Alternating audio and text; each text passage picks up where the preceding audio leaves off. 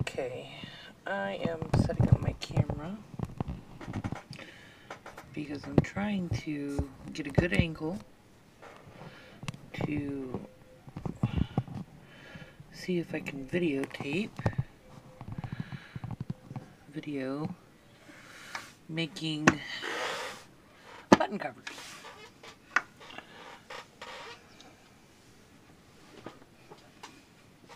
Hi.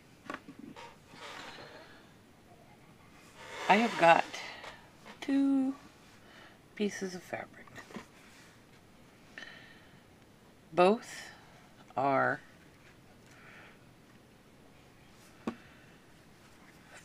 5 inches by 2.5 inches. And you start by laying right sides together. Then I take some batting and set the batting on the fabric.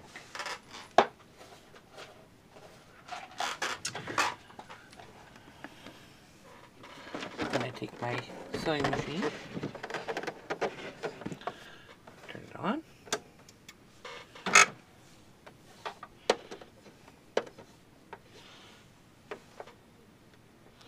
make sure my batting and my fabric is square.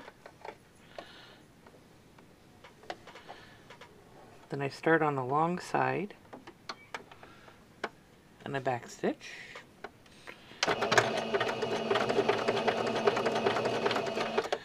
And I back stitch what they call the scant. The scant is just to the end of the presser foot. So my fabric lines up to the edge of my presser foot. And then I go forward. And that, by the way, that's about 1/4 of an inch. And I go forward till I get to about 1/4 of an inch from the end here.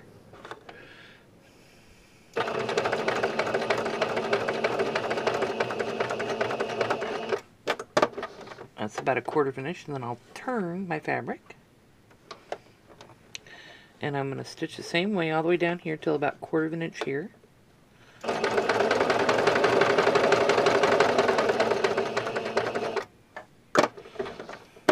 One more. Then I'll turn. And I'll go all the way down to the end till I get to 1/4 of an inch from the end on this side.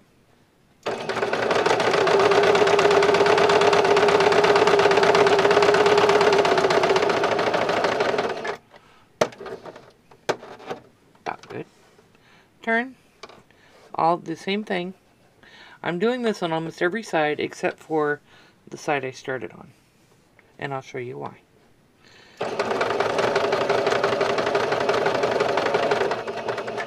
Okay. Turn. And then I'm going to stitch down about 10 stitches and then back stitch.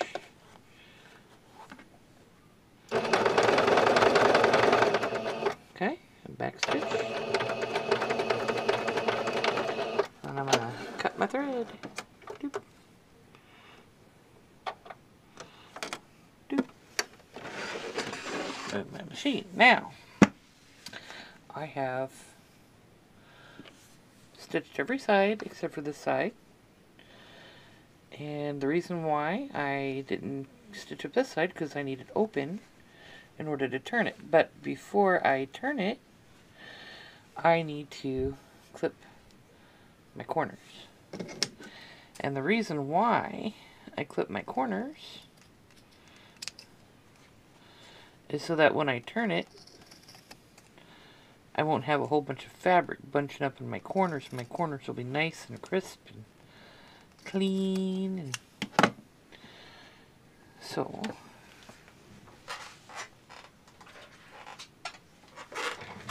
get rid of my junk. Throw that away. Then I take my fabric and turn it right side out. And I'll use my fingers to start and get it all pushed down in there.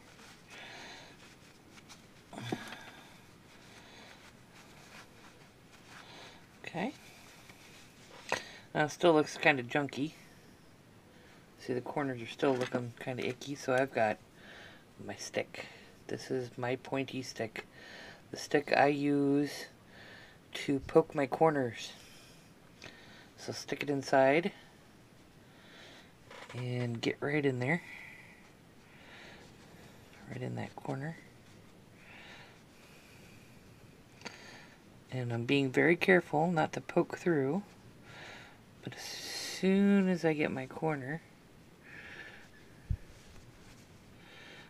look the way I want it to look.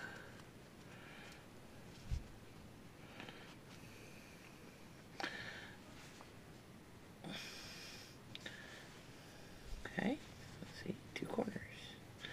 Go around to the other side and do the same thing. Stick my stick in there. And poke until I get my corner. Nice and pointy looking. Same thing on the opposite side there.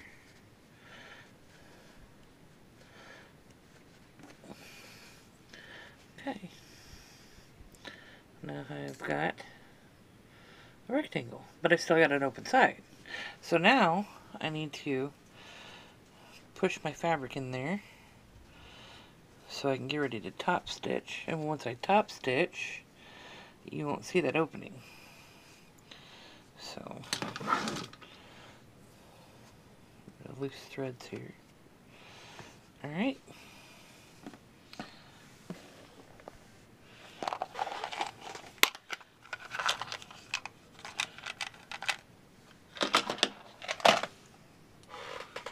I'll get my machine back out.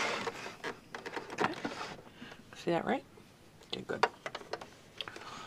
Then what I'm going to do is I'm going to line this up to where it's about 1/8 of an inch seam allowance on this side. So remember before, the scant was right at the edge. Now I'm going to go in this way a little bit to where it's only 1/8 of an inch that I'm going to be stitching on. So find a good spot there, line it up, make sure my seam is lined up there, and then I'm going to go ahead and begin stitching.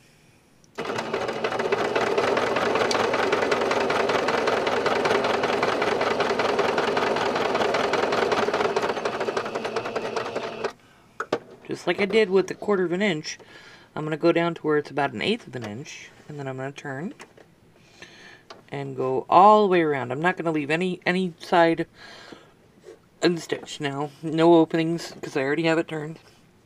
So I'm going to go all the way around, and then I'm going to come back and cross over the beginning line that I started on. So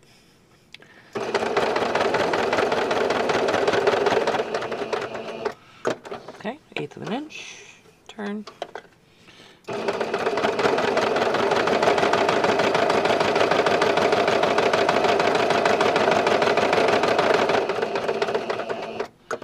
About 1/8 of an inch and turn.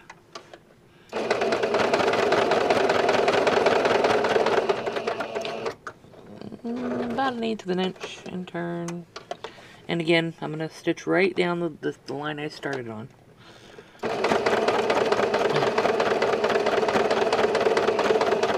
Okay. Then I'm going to go ahead and clip my threads.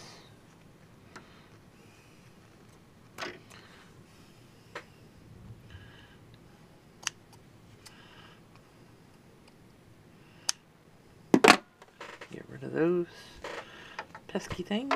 Alright. So now I have a top stitched pad. So now I'm going to put it back under the machine, and I'm going to change my machine setting to a base stitch, which is on my machine is a 4.5. I'm going to eyeball it where the center would be, and I'm just going to go ahead and stitch a line straight down the center.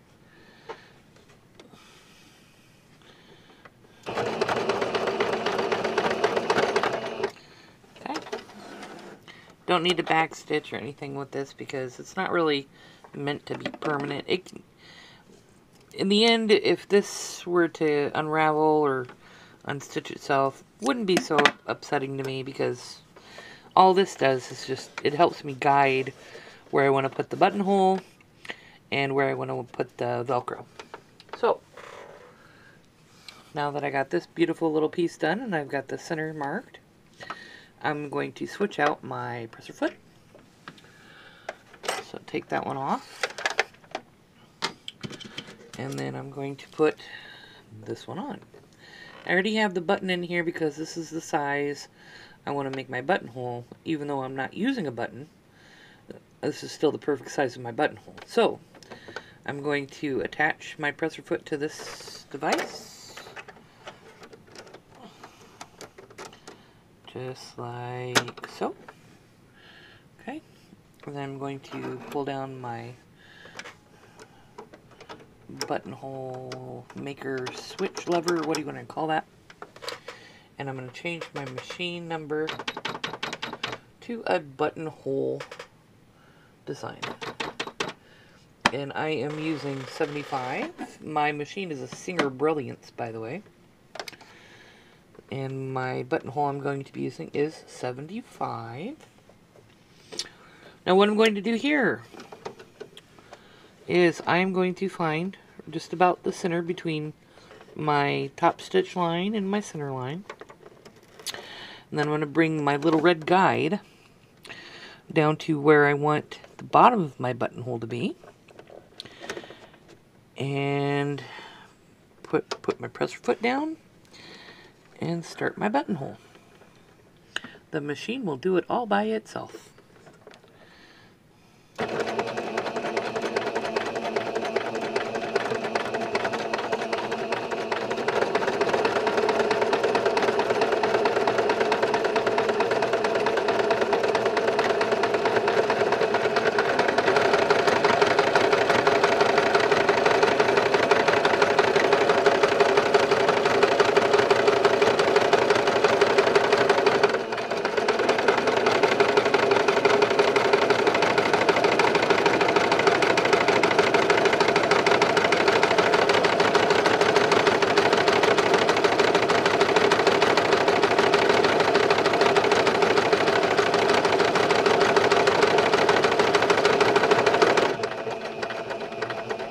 Okay, and it stopped by its own. On its own. So we're going to go ahead and take this right out. And that's how you know when it's done, by the way, when it stops all by itself. So I'm going to clip my threads on both sides. My starting thread and my ending thread.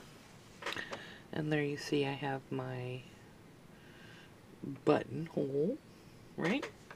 Now I need to take my seam ripper and open it up, so I'll do that real quick. And how I do that is I take my, let me back up a little bit here, I'll move my machine.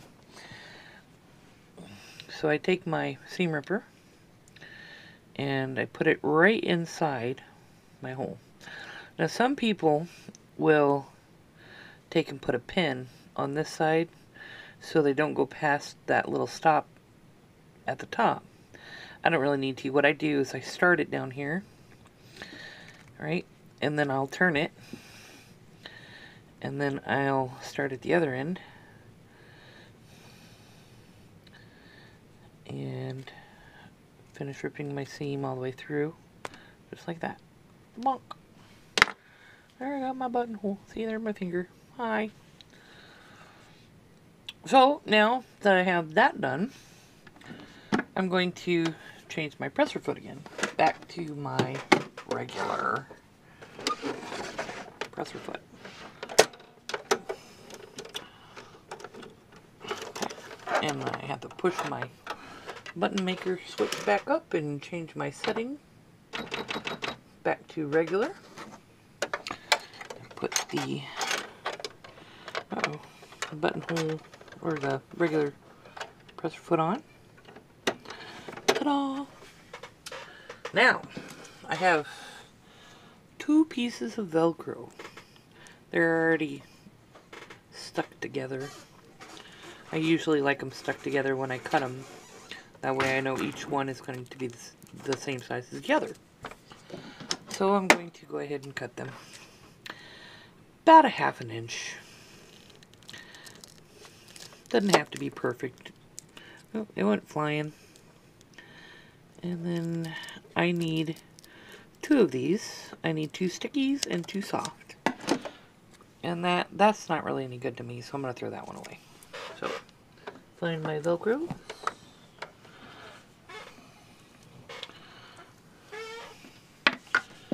So here I have 2 Velcro pieces. Ta-da! And I'm going to split them apart. So I have a sticky side and a soft side. I'm going to set the soft side off to the side. I'll start with my sticky side.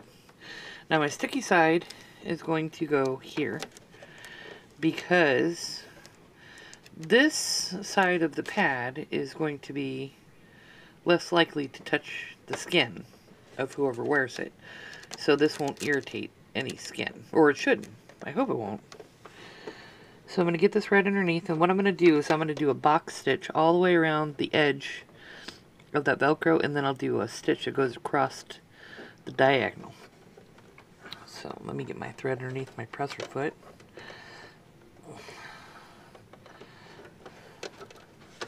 Okay, so this is what I mean. So watch what I do, okay?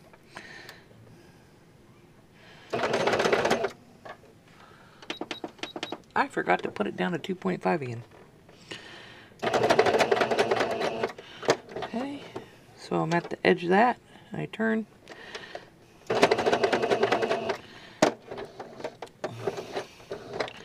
So I'm at the edge there, and I'll turn.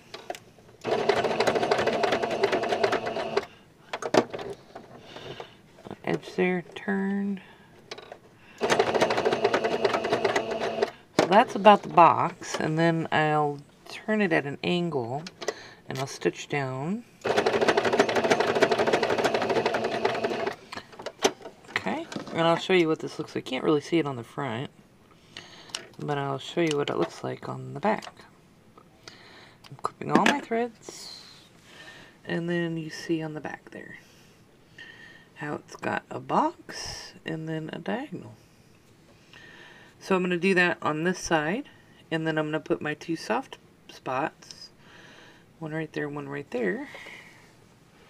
So again, I got my Velcro, if I can get it. Get back here, Velcro. Take it apart, get my sticky, put my soft off to the side for right now. And then I'm going to line this up with my center line so I know about how far I am from my center line. And then do my box stitch and my diagonal.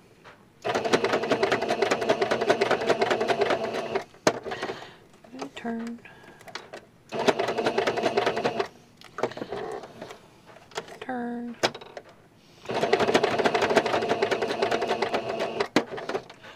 Turn.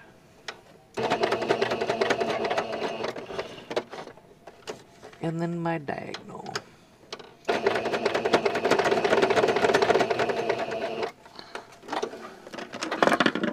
clip my threads, both sides. Get rid of my loose threads, and there you go. Okay, now the soft part. About the same distance from the center line on the other side. So I'm going to stitch this on.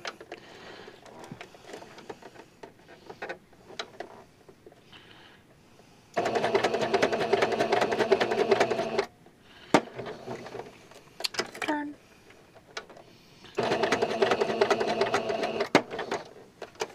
Turn.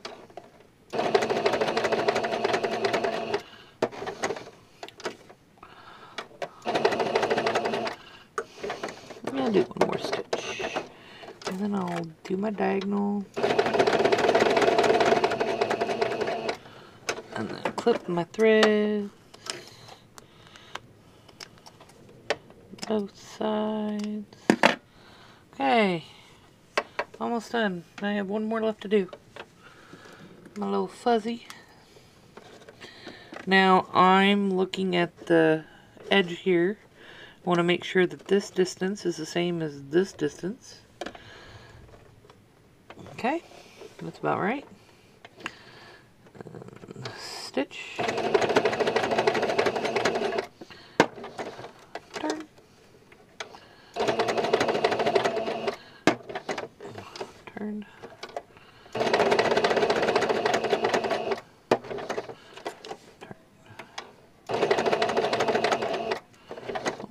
and then a diagonal.